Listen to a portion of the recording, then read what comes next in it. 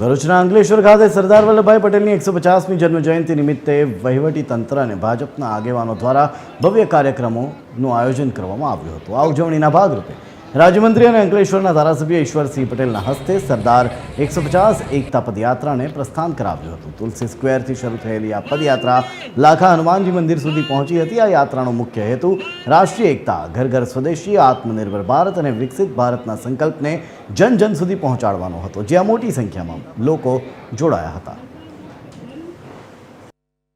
આઝાદી પછી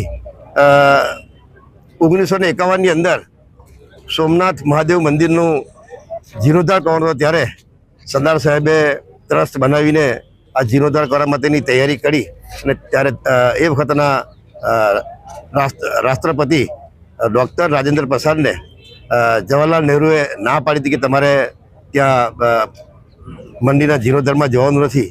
ત્યારે જે રીતે મોદી સાહેબે 370ની કલમ હટાવીને જે કાશ્મીર અલગ અલગ ભાગમાં વહેંચાયેલું હતું, ત્યારે એના માટે પણ સરદાર સાહેબનું સપનું સાકાર કર્યું છે।